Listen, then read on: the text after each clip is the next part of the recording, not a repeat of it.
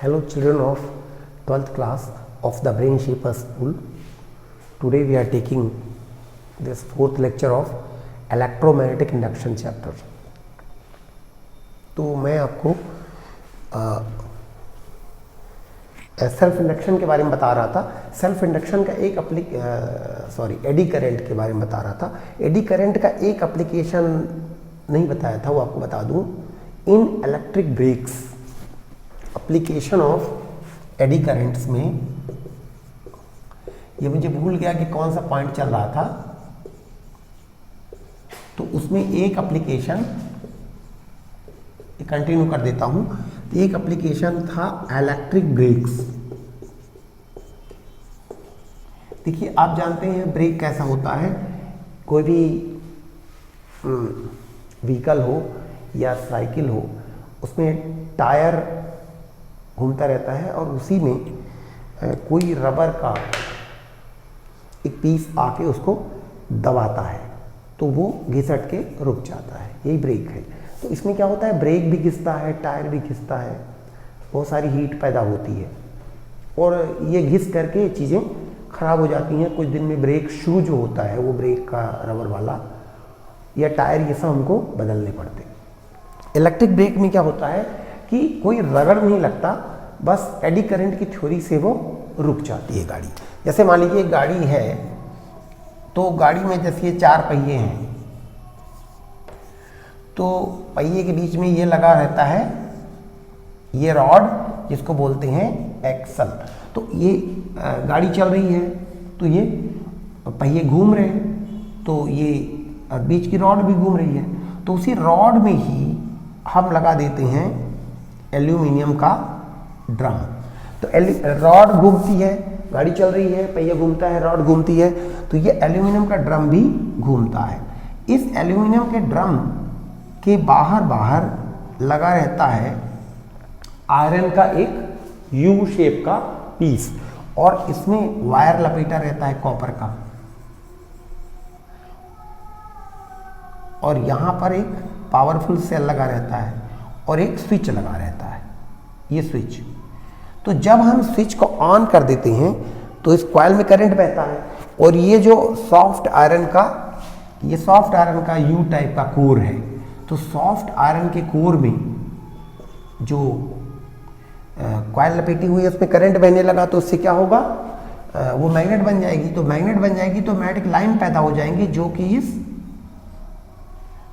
Aluminium के frame से गुजरेंगी। और ये फ्रेम क्या कर रहा है, घूम रहा है।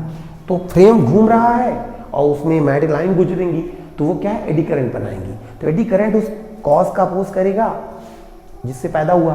तो क्यों पैदा हुआ, क्योंकि वो फ्रेम घूम रहा है, तो उसका अपोज करेगा, तो फ्रेम जल्दी से रुक जाएगा घूमना, और इस तरह से बिना किसी रगड़ के आपकी गाड़ी रुक जाएगी। तो बस यही थ्योरी है। तो इसको अपने वर्ड्स में लिख लेंगे, चाहे बुक की हेल्प से लिख लेंगे, ठीक है। तो अब हम अगले टॉपिक की ओर बढ़ते हैं। इसका अगला पार्ट है सेल्फ इंडक्शन, जो काफ़ी इंपॉर्टेंट पार्ट है। इलेक्ट्रोमैग्नेटिक इंडक्शन के कई सारे केसेस चल रहे हैं। उसमें एक था eddy currents. Eddy currents were A type of electromagnetic induction या इंड्यूस्ड करंट। इलेक्ट्रोमैग्नेटिक इंडक्शन से जो ईएमएफ पैदा होता है उसे बोलते हैं इंड्यूस्ड ईएमएफ, और जो उससे करंट पैदा होता है उसको बोलते हैं इंड्यूस्ड करंट। तो हमने पहले पढ़ा एडी करंट, जो एक तरह का इंड्यूस्ड करंट था। अब हम पढ़ेंगे सेल्फ इंडक्शन। ये भी एक टाइप का इलेक्ट्रोमैग्नेटिक इंडक्शन है। It is a type of electromagnetic induction. इसमें क्या होता है, सेल्फ इंडक्शन। कोई भी सर्किट अपने आप को इंड्यूस करता है। जैसे कोई सर्किट है, जैसे मान लीजिए एक कॉइल है, ये सेल लगा हुआ है और ये की लगी हुई है। अभी स्विच ऑफ है, हम यहां पर लगा देते हैं एक रियोस्टेट। रियोस्टेट आप जानते हैं काहे के लिए लगाया जाता है,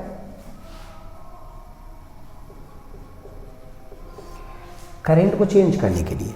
तो मान लीजिए हमने स्विच ऑन कर दिया, करंट बहने लगा, और फिर हमने करंट को चेंज किया। ये एक पॉइंटर बता रहा है कि इसको हम लोग इधर या इधर खिसका सकते हैं, इधर या इधर। तो अगर इधर खिसकाएंगे तो करंट बढ़ेगा, इधर खिसकाएंगे तो करंट कम होगा। तो मान लीजिए हमने इधर खिसकाया और करंट को बढ़ाया, तो क्या होगा कि हमने क्या किया, किसी सर्किट में करंट बहाया और उस करंट को हमने चेंज किया। तो इससे क्या होगा, देखिए जब हम करंट बहाएंगे तो ये कॉइल और ये सर्किट बन जाएगा एक मैग्नेट, और मैग्नेट की बन जाएंगी मैग्नेटिक लाइंस, और वो लाइन उससे गुजरेंगी। तो किसी कॉइल से पैदा हुई लाइन कॉइल से ही गुजरती हैं तो भी तो फ्लक्स कहलाती हैं। किसी भी सर्किट से जब लाइंस गुजरती हैं, किसी भी चीज़ से लाइन गुजरती हैं तो फ्लक्स कहलाती हैं। तो ये जो मैग्नेटिक लाइंस हैं जो इसी ने पैदा की, फिर भी इसी से गुजर रही हैं, तो ये फ्लक्स कहलाएंगी। अब जब हम करंट को बढ़ाएंगे तो ये लाइन बढ़ेंगी, क्योंकि ये मैग्नेट स्ट्रांग बनेगा, तो लाइन बढ़ेगी तो फ्लक्स बढ़ेगा। फ्लक्स बढ़ेगा किस सर्किट में, इसी सर्किट में। एक सर्किट है उसमें करंट बहाते हैं तो उसमें फ्लक्स पैदा होता है, उसके अपने करंट से पैदा हुए मैग्नेटिज्म के कारण फ्लक्स पैदा होता है। और जब आप करंट को बढ़ाएंगे तो फ्लक्स बढ़ेगा। तो किसी सर्किट से जब फ्लक्स बढ़ेगा तो इलेक्ट्रोमैग्नेटिक इंडक्शन होगा और उसके कारण इंड्यूस्ड ईएमएफ पैदा हो जाएगा। अगर सर्किट क्लोज्ड है तो करंट भी पैदा हो जाएगा, जिसे कहेंगे इंड्यूस्ड करंट। तो सर्किट ये तो क्लोज ही है, तो एक ईएमएफ बनेगा और वो तुरंत ही करंट बन जाएगा और पैदा होगा एक इंड्यूस्ड करंट। कहाँ, इसी सर्किट में। तो इस सर्किट में दो करंट हो जाएंगे, एक करंट जो हमने बहाया था और उसे बदला था, उसको बोल दें मेन करंट। अब हमने उसको चेंज किया तो एक नया करंट पैदा हो गया जिसे इंड्यूस्ड करंट कहेंगे। और इसमें क्या हो रहा है कि change of current in a circuit is inducing the same circuit, causing induced current in the very same circuit. उसी सर्किट में ही करंट पैदा कर रहा है। तो इसीलिए इसको सेल्फ इंडक्शन कहते हैं कि कोई अपने आप को इंड्यूस कर रहा है।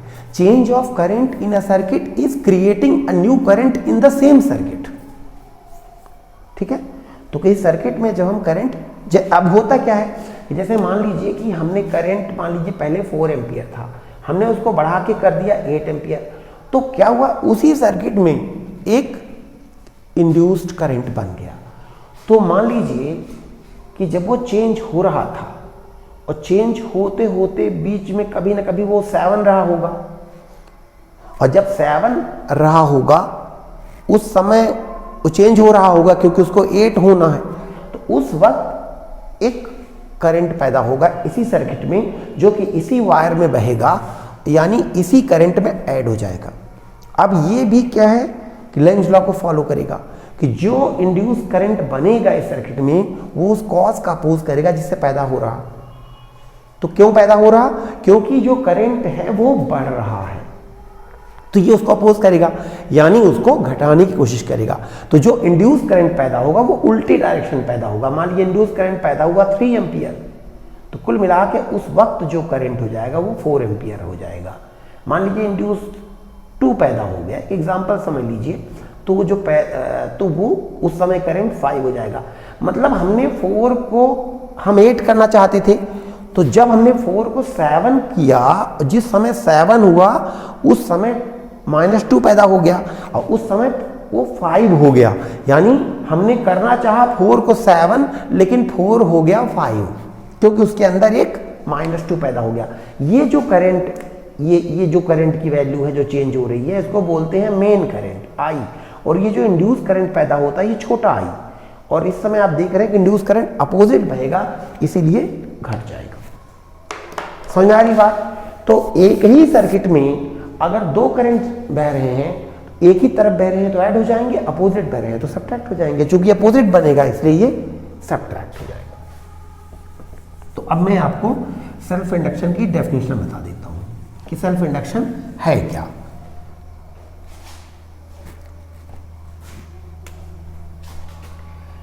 If we change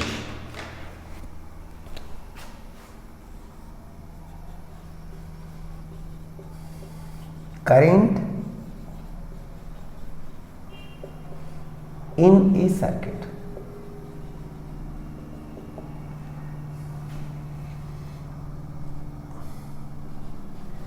induced current is produced in the same circuit.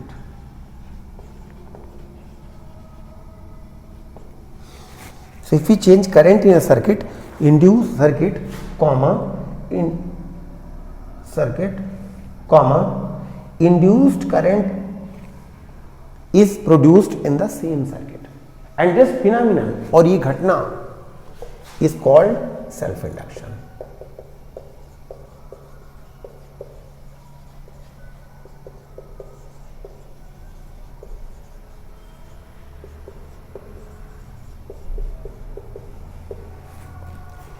तो इसमें सेल्फ इंडक्शन में दो केस बनते हैं। पहला कि हम जो यहाँ पे पहली बात कि दो करंट हैं, एक करंट जो हम बहा रहे हैं जिसे हम बदल रहे हैं, तो जो बहा रहे हैं उसी को ना बदलेंगे। मान लीजिए बह रहा है 4 तो बदल के 5 कर दिया, तो जब 5 हो गया तो भाई है तो वही करंट, क्योंकि 4 नहीं रह गया, वो 5 हो गया, तो वही करंट। एक करंट होता है मेन करंट, तो इसमें दो करंट होते हैं। मेन करंट उसको बोलते हैं, इसको कैपिटल आई लिखते हैं, ये वो करंट है which is passed and we change, which we pass and change, जिसको हम बहाते हैं उसे हम बोलते हैं मेन करंट। और एक होता है इंड्यूस्ड करंट, अपन कह सकते हैं देयर आर टू करंट्स, यहाँ पे दो करंट्स बनते हैं। एक तो हम बहाते हैं,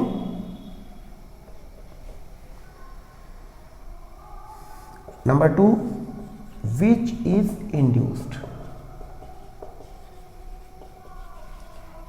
उसी सर्किट में इंड्यूस होता है।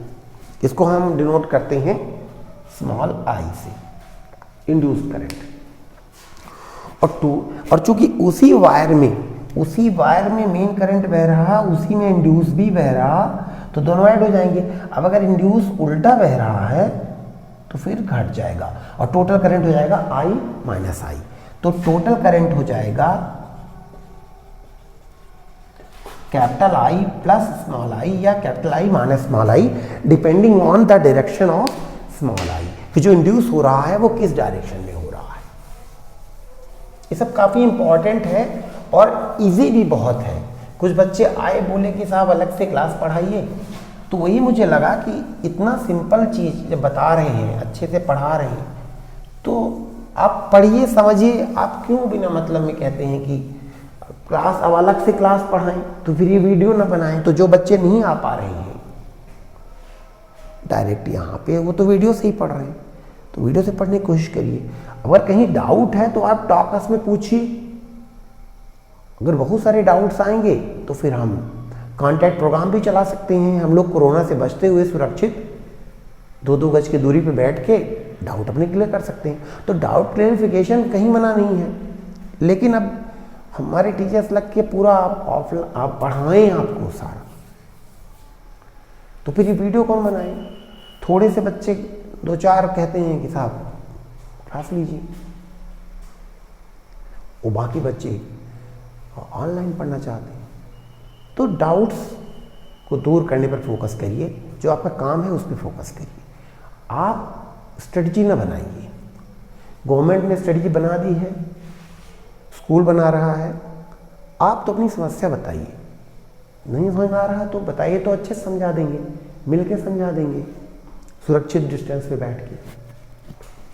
स्ट्रेटजी ना बनाने लगी आप।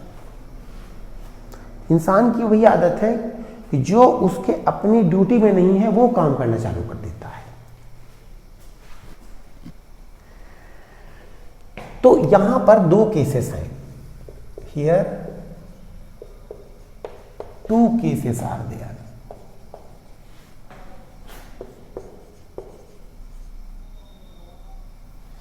Number 1, when we increase main current,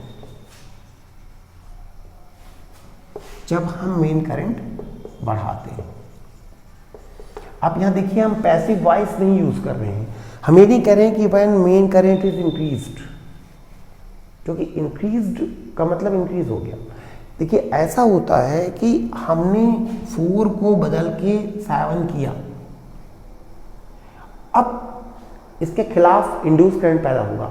अब इंड्यूस करंट मान लीजिए -5 पैदा हो गया, तो टोटल करंट तो 2 हो गया।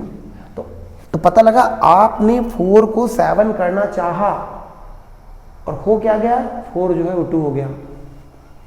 क्योंकि जो इंड्यूस करंट पैदा होगा वो इस बात पे डिपेंड करेगा कि कॉइल कैसी है, कितने टर्न्स हैं, कितना ज़्यादा उस चेंज को वो लेता है, फ्लक्स कितना चेंज होता है। तो पता लगा आपने बढ़ाया लेकिन वो घट गया। जरूरी नहीं कि हमेशा ऐसा हो, ऐसा भी हो सकता है कि वो -1 ही पैदा हो और 6 हो जाए, मतलब आपने बढ़ाया और बढ़ गया। लेकिन आप ऐसा भी हो सकता है आपने बढ़ाया और घट गया। तो यहाँ पर केस 1 ये नहीं होगा कि अगर बढ़ गया या अगर घट गया। अगर हमने बढ़ाया, क्या हो गया वो बाद में देखा जाएगा। हमने चाहा क्या था, हमने बढ़ाना चाहता कि हमने घटाना चाहता। तो ये पहला पॉइंट हुआ कि अगर हम बढ़ाते हैं मेन करंट को, अब वो इंड्यूस पैदा होगा, वो इंड्यूस में घटेगा, कुल मिलाकर वो घट गया। तो कोई कह सकता है अरे आपने तो घटा दिया, हम बढ़ा रहे थे घट गया। तो क्या हो गया वो दूसरा भी हो सकता है। क्या करना चाहते थे बात इसकी चल रही है। तो अगर हम मेन करंट को बढ़ाएंगे तो इंड्यूस करंट उसका उल्टा पैदा होगा, और अगर हम मेन करंट को घटाएंगे तो इंड्यूस करंट उसका उल्टा पैदा होगा। अगर मेन करंट को घटाएंगे तो इंड्यूस करंट उसको बढ़ाने की कोशिश करेगा, क्योंकि लेंज लॉ के अनुसार उस कॉज का अपोज करता है जिससे वो पैदा हो रहा है। ठीक है, तो पहला केस लेते हैं कि if we increase main current, अगर हम मेन करंट को बढ़ाते हैं। और केस 2 है कि अगर हम मेन करंट को घटाते हैं।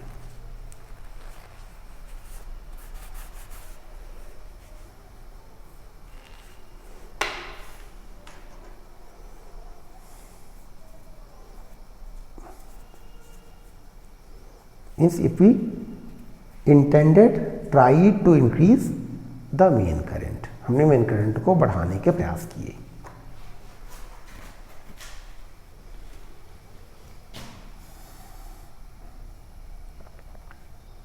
और इफ वी या when we decrease main current,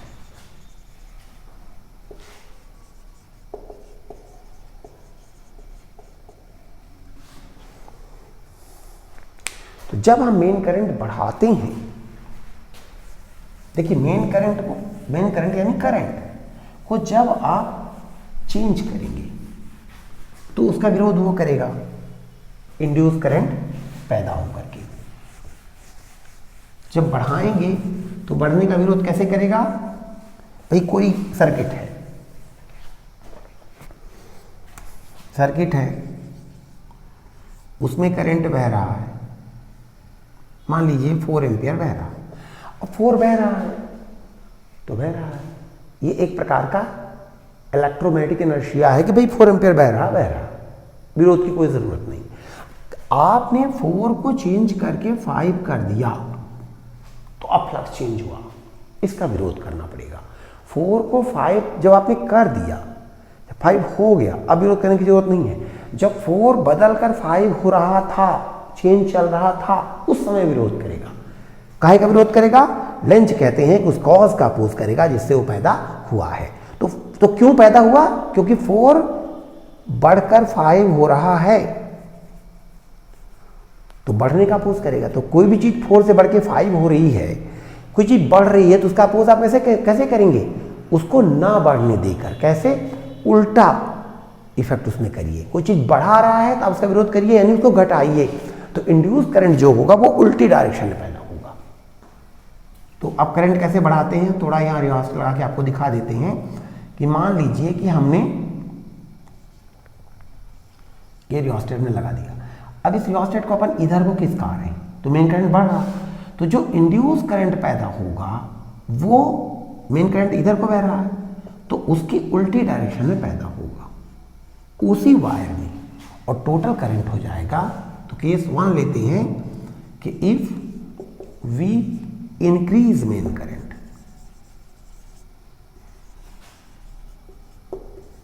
हम बढ़ाते हैं, मतलब हम बढ़ाने का इंतजाम करते हैं। Then according to Lenz law,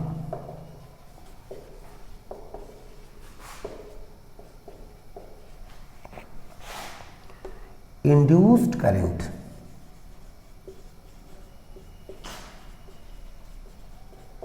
opposes, उस कॉज का अपोज करता है। क्या है कॉज? करंट का बहना कॉज नहीं है, करंट का बढ़ना कॉज है, इंक्रीज होना कॉज है। अगर करंट बहता रहता तो मतलब बराबर बहता रहता, उसमें कोई दिक्कत नहीं थी। तो then according to Lenz law induce current opposes this increase of main current, increase of the main current.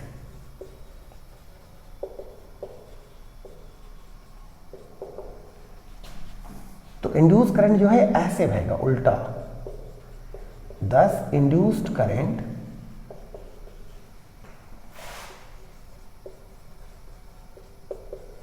is opposite to main current,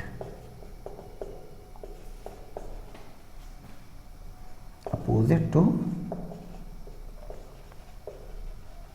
main current। Induce current जो होगा वो मेन करंट का उल्टा रहेगा।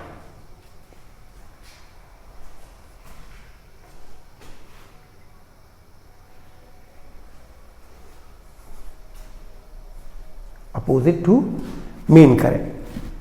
Then according to the Lenz law, induced current opposes this increase of main current, thus induced current is opposite to main current।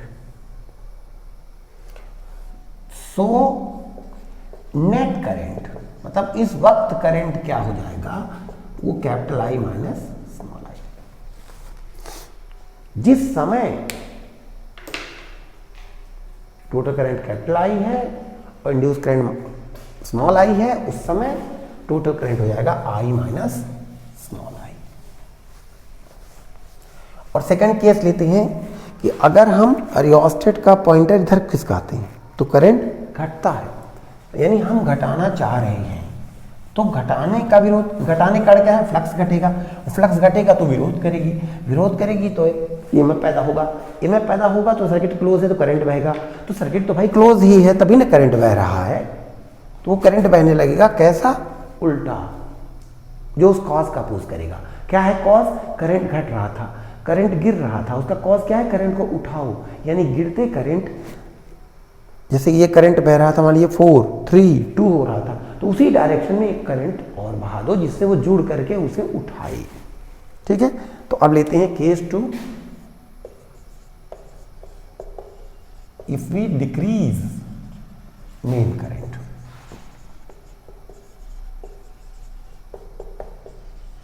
Then induced current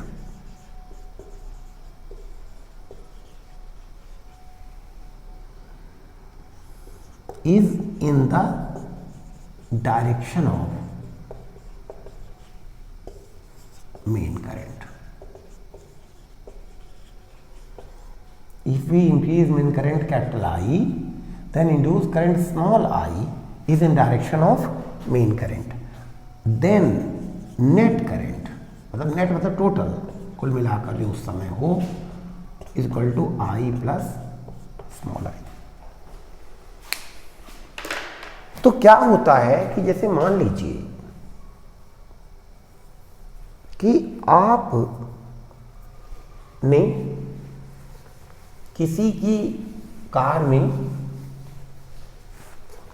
गलती से या कैसे भी थोड़ी सी टक्कर मार दी और उसकी कार में छोटा सा गड्ढा पड़ गया, तो उस बात से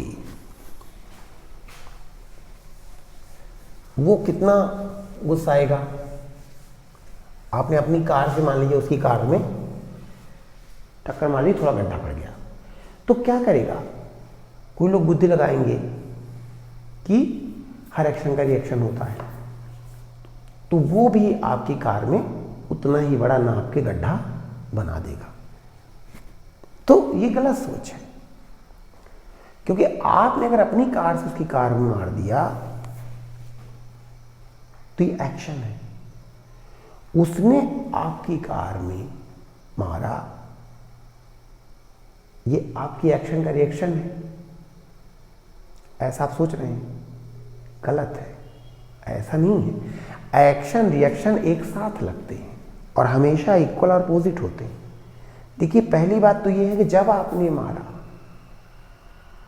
तो ऐसा नहीं होगा कि रिएक्शन बाद में आए, इसलिए आप जिसे रिएक्शन मान रहे हैं एक्चुअली वो रिएक्शन नहीं है। आपने जब गड्ढा ठोकर मारी, वो एक्शन उसी समय लगा, तो रिएक्शन भी उसी समय लगना चाहिए। दूसरा, रिएक्शन हमेशा इक्वल एंड अपोजिट होना चाहिए। तो पहली चीज है कि आपने उसकी कार में गड्ढा बनाया, अगर ये एक्शन है तो उसने आपकी कार में गड्ढा बनाया, ये रिएक्शन नहीं है, क्योंकि ये काम बाद में हुआ है। दूसरा, वो जो गड्ढा बना रहा है वो नाप के उतना नहीं बनाएगा, हो सकता है वो गड्ढा ही ना बनाए, आपको समझा दे कि बताइए आपने गलत किया, तो कम रिएक्शन हुआ। या ऐसा भी हो सकता है कि अपनी गाड़ी को बहुत मानता हो तो आपका सिर ही फोड़ दे, तो लीजिए, तो ज्यादा रिएक्शन हो गया। तो एक्चुअली उसका काम रिएक्शन नहीं है, दैट इज फ्रेश एक्शन। तो इसको क्लियर समझ लीजिए, न्यूटन का लॉ भी समझ लीजिए यहाँ पे कि आपने जब उसकी कार में गड्ढा ठोकर मारी, वो एक्शन था, और उसकी कार ने उसी समय आपकी कार में भी एक रिएक्शन दिया होगा, उसी वक्त वो रिएक्शन था जो कि उसी वक्त लगा आपकी कार में, और वो पक्का वो एक्शन रिएक्शन फोर्स इक्वल होंगे। अगर आपकी कार ने उनकी कार पर 10 न्यूटन का फोर्स लगाया तो पक्का उसकी कार में, आपकी कार में भी -10 का लगाया होगा। अब आपकी कार कितनी टूटी ये अलग बात है, क्योंकि कार की अपनी अपनी मजबूती भी होती है, लेकिन फोर्स के मामले में न्यूटन का लॉ बिल्कुल गलत नहीं है। 10 का उल्टा -10 उसी वक्त लगा ही होगा, क्योंकि फूटना न फूटना अलग बात। जब न्यूटन कहते हैं हर एक्शन का इक्वल अपोजिट रिएक्शन होता है, तो वो फोर्स की बात करते हैं कि फोर्स इक्वल होता है। उन फोर्सेस से एक्सेलरेशन इक्वल होंगे, वेलोसिटी इक्वल होगी, गड्ढा इक्वल होगा, ये सब न्यूटन नहीं बोलते। न्यूटन कहते हैं गड्ढा वड्ढा तो डिपेंड करेगा भाई, उसकी कार काहे की बनी, अपनी कार काहे की बनी, सब बातों पर डिपेंड करेगा। बहरहाल 10 का रिएक्शन -10 उसी समय होगा। अब वो जो अपनी आपको दंडित करने चलेगा, that is again action, and that is since A fresh action, so that वो आपके एक्शन पे डिपेंड करेगा, पर नहीं भी करेगा, वो बहुत बातों पे डिपेंड करेगा। हो सकता है वो आदमी बहुत गुस्सैल हो, आपका सिर ही फोड़ दे, वो आदमी कम गुस्सैल हो, आपको क्षमा कर दे। तो देखिए, वो फ्रेश एक्शन। तो इसमें उसका नेचर आ गया बीच में। आपने अपनी गाड़ी से उसकी गाड़ी मारा, एक्शन, उसकी गाड़ी ने आपकी गाड़ी को उस समय ही मारा, रिएक्शन, एक्शन रिएक्शन हो गया, न्यूटन का लॉ लग गया। अब वो क्या डिसाइड करता है, इस बीच में उसका नेचर आ गया, वो गुस्सैल है नहीं है, अपनी गाड़ी कितना मानता है, जीवन के बारे में क्या सोच है, उसका दार्शनिक सोच का है कि अरे हो गया, जिंदगी में क्या है, ये सब बातें बीच में आ जाती है ना, तो वो अलग काम करेगा। हाँ, अगर वो गुस्सैल होगा तो कहने का मतलब कि आपने सर्किट में करंट को गिराया, अब इसका विरोध ये सर्किट करेगा, आपके करंट गिराने का विरोध करेगा। तो आप जब इसको ऐसे खिसका रहे होंगे, उसी समय आपका विरोध हो रहा होगा, आपको मुश्किल पड़ रही होगी जरा, उसी समय वो रिएक्शन, आप खिसका रहे होंगे और आपको मुश्किल पड़ रही होगी, वो रिएक्शन हो गया। लेकिन इस चेंज को ये सर्किट कैसे लेता है, तो इसमें डिपेंड करेगा कि फ्लक्स कितना चेंज होता है। तो फ्लक्स तो फेरे पर भी डिपेंड करेगा। अब 3 फेरे होंगे तो जितना फ्लक्स चेंज होगा, 6 फेरे होंगे तो डबल फ्लक्स चेंज होगा, तो जितना रेट से फ्लक्स चेंज होता है उतना ईएमएफ इंड्यूस होता है। तो जो ईएमएफ इंड्यूस होगा वो इस बात पर डिपेंड करेगा कि फेरे कितने थे, और फिर जब वो करंट में कन्वर्ट होगा तो इस बात पर डिपेंड करेगा कि यहाँ सर्किट में रेजिस्टेंस कितना है। तो कहने का मतलब कि आपने करंट को गिराया, ऐसा करके आपने उसकी कार में धक्का दिया, अब वो आपका क्या हाल करेगा, ये अब उस पर भी डिपेंड करता है कि वो सर्किट कैसा है, कितने फेरे हैं, ये राउंड बड़े बड़े हैं कि छोटे छोटे राउंड हैं, ये उसका रेडियस क्या है, साइज क्या है, मटेरियल क्या है, चीजें क्या है, उस पर डिपेंड करेगा। बहरहाल ये तो पक्का है कि आपने अगर बढ़ाया है तो जो इंड्यूस करंट होगा वो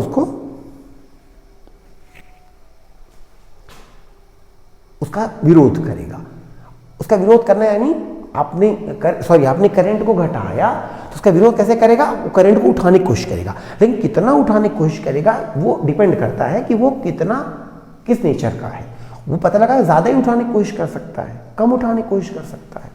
आपने जैसे करंट को 4 से 3 कर दिया तो वो 3 कर तो दिया, अब उसको हो सकता है उठा दे, पता लगा उसने इसको 10 उठा दिया और कुल मिलाकर 13 हो गया। तो आपने कहा 4 को 3 किया तो पता लगा 4 13 हो गया। और ऐसा भी हो सकता है कि आपने 4 को 3 किया और उसके अंदर जो है 0.1 पैदा हो गया तो वो 3.1 हो गया। तो आपने 4 को 3 तक गिराया पर 3.1 तक गिरा। वो डिपेंड करेगा, ये उसके नेचर पे डिपेंड करेगा कि इंड्यूस करंट आखिर कितना बनेगा। अब यहां पे एक और मजे की बात आपको बता दें, ये वही होता है जैसे किसी पेंडुलम को, आपने कोई पेंडुलम शांत बेचारा बैठा हुआ है, आपने इधर पहुंचा दिया, आपने कहा ऐसा करो तुम राइट में चलो, लेकिन आप नहीं जानते, ऐसा करके आपने उसे लेफ्ट पहुंचा दिया और लेफ्ट पहुंचा दिया तो वो राइट पहुंचा दिया, आपने उसे दौड़ा दिया। ये ऐसा भी होता है। तो जैसे ये ऑसिलेशंस हो रहे हैं वैसे ही सर्किट में भी ऑसिलेशन होते हैं। होता क्या है मैं आपको बता दूं कि पता लगा कि आपने 4 को 3 कर दिया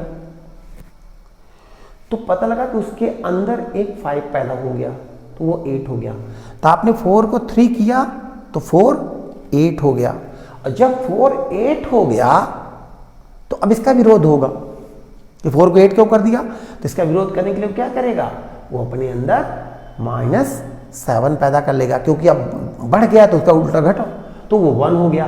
तो अब 4 1 हो गया तो इसका विरोध चालू हो जाएगा, 1 क्यों किया तो +5 कर लेगा तो 6 हो जाएगा। अरे 4 को 6 कर दिया, रुक जाओ -3 कर देगा, तो अब ये क्या हो जाएगा, ये तो 3 हो जाएगा। 4 को 3 कर दिया, रुक जाओ, तो क्या होगा कि करंट को आपने घटाया और घटाने के कारण वो बढ़ गया और बढ़ने के कारण फिर वो घट गया, तो घटने के कारण फिर वो बढ़ गया, बढ़ने के कारण घट गया।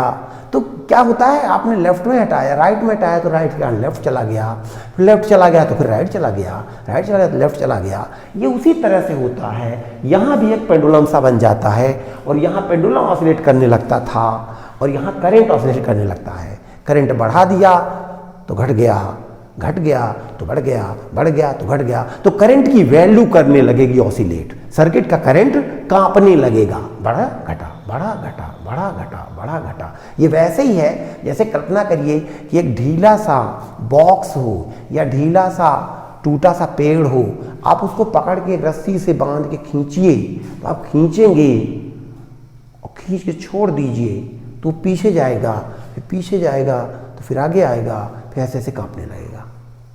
ये वही है, आपने करंट को 4 को 3 कर दिया तो आपने उसके अंदर एक वाइब्रेशन डाल दिया कि वो घट गया तो घट के बढ़ गया, बढ़ गया, वो ऐसे ऐसे करंट कांपने लगा। आपने वैल्यू को एक बार हिला दिया तो वैल्यू कांपने लगी। So these are like electromagnetic oscillations. Current की वैल्यू, इस सर्किट के तार नहीं कांपने लगे, उसके अंदर बहते करंट की वैल्यू कांपने लगी। इस बात को ध्यान से समझिए, ये बहुत ही ज्यादा मजेदार है। तो इसके कारण क्या होता है कि आपने अब करंट को चेंज किया तो फ्लक्स चेंज हुआ, फ्लक्स चेंज होने से करंट चेंज हुआ, फिर करंट चेंज होने से फ्लक्स चेंज हुआ, फ्लक्स चेंज होने से करंट चेंज हुआ।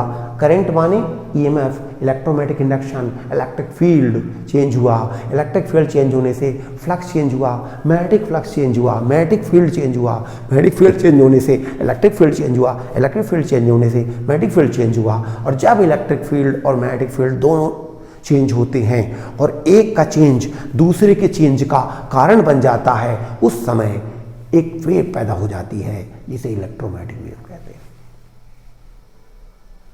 जैसे कि एक गिटार के वायर को आप सितार के वायर को पकड़ के इस साइड हटा दीजिए, तो उस साइड हट गया, इस साइड हट गया, उस साइड हट गया, इस साइड हट गया, कांपने लगा और उसके कारण एक आवाज़ पैदा होने लगी। तो ऐसे आपने करंट को बदला तो एक ऐसी आवाज़ पैदा होने लगी जो आपके कान तो नहीं सुनेंगे, लेकिन इलेक्ट्रोमैग्नेटिक वेव पैदा होने लगी। और ऐसी ही इलेक्ट्रोमैग्नेटिक वेव होती है लाइट, ये दिखने लगी।